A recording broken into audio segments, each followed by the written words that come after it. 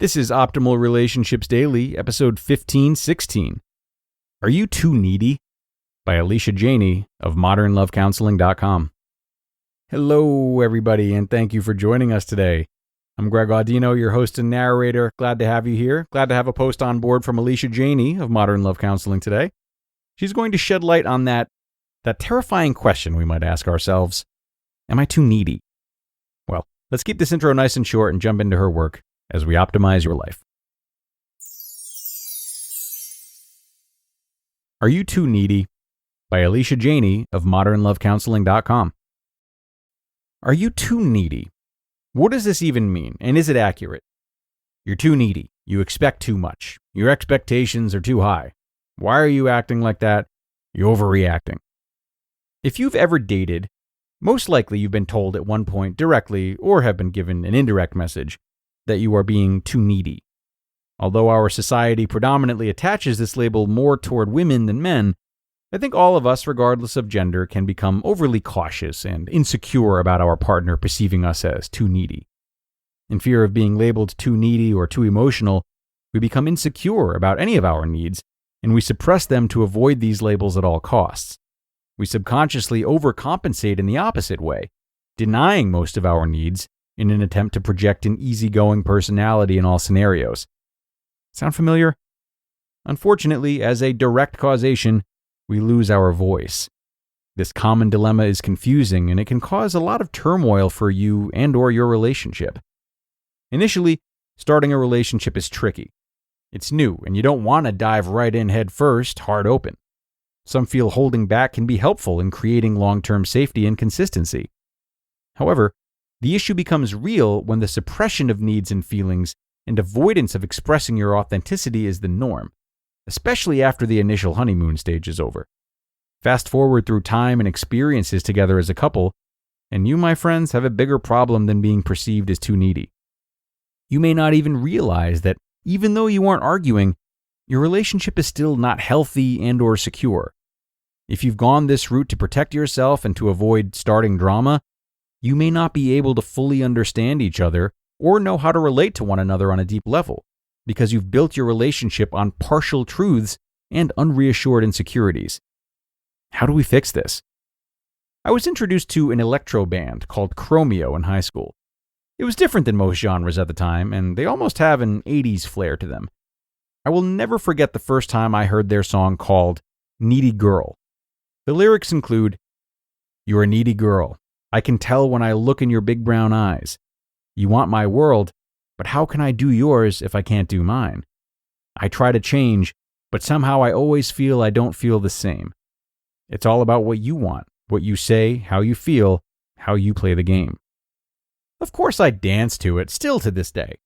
But being a therapist has definitely tainted a lot of musical lyrics for me. I read into them more than my high school self did, and I have the tendency to psychoanalyze most lyrical stories. I now think to myself, wow, there's a lot to this catchy song. In a nutshell, my professional opinion in regards to being too needy is this. If you find yourself feeling uncomfortable with asking for what you need in your relationship, then you may be struggling with this insecurity. This fear is limiting you from being heard and understood by your partner. It's denying you the ability to feel reassured in your partnership. You have the right to feel secure in your relationship. And believe it or not, we have to work together in order to achieve mutual security. You're not too needy because you want this. Here's the difficult part, because it requires you to look in the mirror. Even though you are not too needy for wanting security, you are responsible for how you express yourself. Your behavior and/or expression or lack of expression may be what's too needy or passive-aggressive. Make sense? You have to take a risk and be vulnerable in these requests, versus what we usually do and pick petty arguments about things to snag attention. We have to be transparent and de-escalated. There is a huge difference between, I may be acting irrational, but I really need some reassurance that you love me right now. I'm feeling insecure about that woman from your work. Versus, when are you coming home? Why do you always talk about that woman from work? I don't get why you like her so much. Followed by passive-aggressive sighs and endless text messages. Your partner will thank you And you'll be surprised how different your partner hears, receives, and responds to you if you take accountability for how you ask for what you need. This version of requesting your needs is not too needy. It's normal and healthy. Conflict is normal and healthy. Insecurities are normal and healthy. We're human. Suppressing them or indirectly expressing them are not healthy. You will always be perceived as too needy or too much if you choose not to express your fears and needs in a calm, vulnerable way. You just listened to the post titled, "Are You Too Needy?" by Alysha Jeney of modernlovecounseling.com. And many thanks to Alysha for this one. Definitely a post that can help us reflect not only on our own needs, but if we approach this carefully, it certainly helps us to get in tune with our partner's conditioning. Now, if you're with someone who is rejecting of your desire to express yourself or own your feelings, you absolutely want to think why this is the case for your partner and what it is about themselves that they're trying to protect. What have they been taught about speaking up about their needs or being vulnerable? And how is that being projected onto you? Thinking like this might cause you to feel a sense of sympathy for your partner, but try to channel that sympathy into understanding them better. You can assist them in opening up more, but at the same time, you shouldn't have to stay with someone just because they can't do this and ultimately care for you in that way.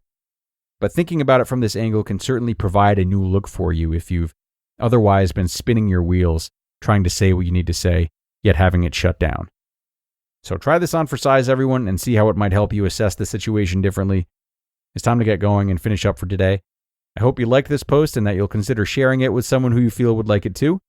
And other than that, have a great rest of your day, and I'll see you again tomorrow, where your optimal life awaits.